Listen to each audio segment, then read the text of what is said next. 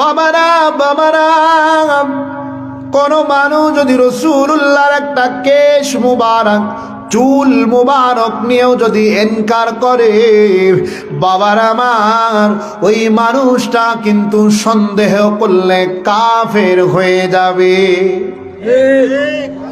কি হবে? আর জোরে বলেন, কি হবে?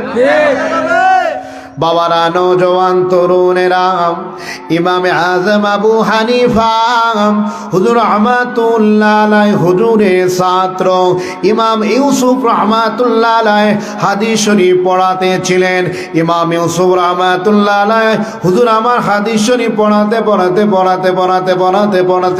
রাসূলুল্লাহ লাউ কদু পছন্দ করতেন। বাবারা, ইমাম ইউসুফ রহমাতুল্লাহ আলাইহি রাসূলুল্লাহর লাউ কদুর বর্ণনা দিচ্ছিলেন। পাশ থেকে একজন যুবক বলল, আমি লাউ কদু পছন্দ করি না। কি বলল? লাউ কদু।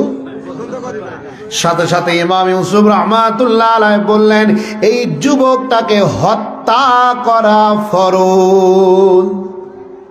যুবকটাকে হত্যা করা।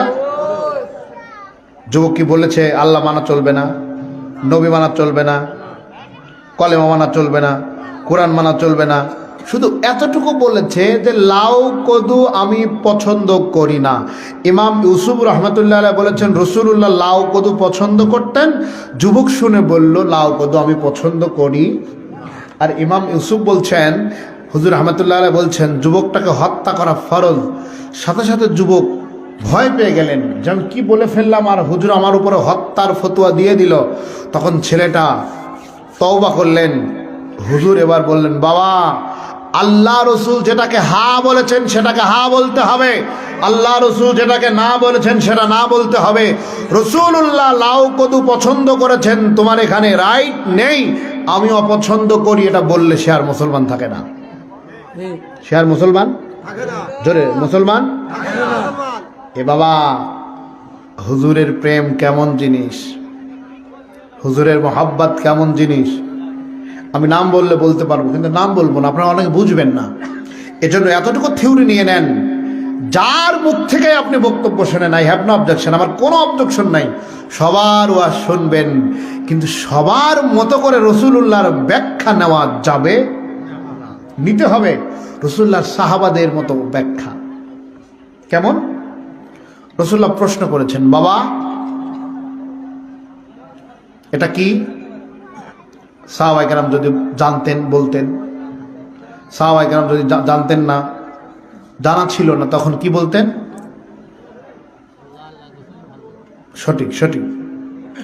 বাবারা, নওজোয়ান তরুণেরা, সাহাবায়ে কেরামের জানার বাইরে যখন চলে যেত, অথবা সাহাবা হুজুরা একটা উত্তর দিয়েছেন, রাসূলুল্লাহ বললেন, না বাবা এমন নয়, আরো সুন্দর উত্তর আছে।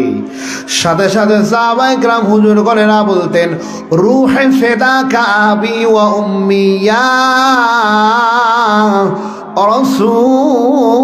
রাসূলুল্লাহ।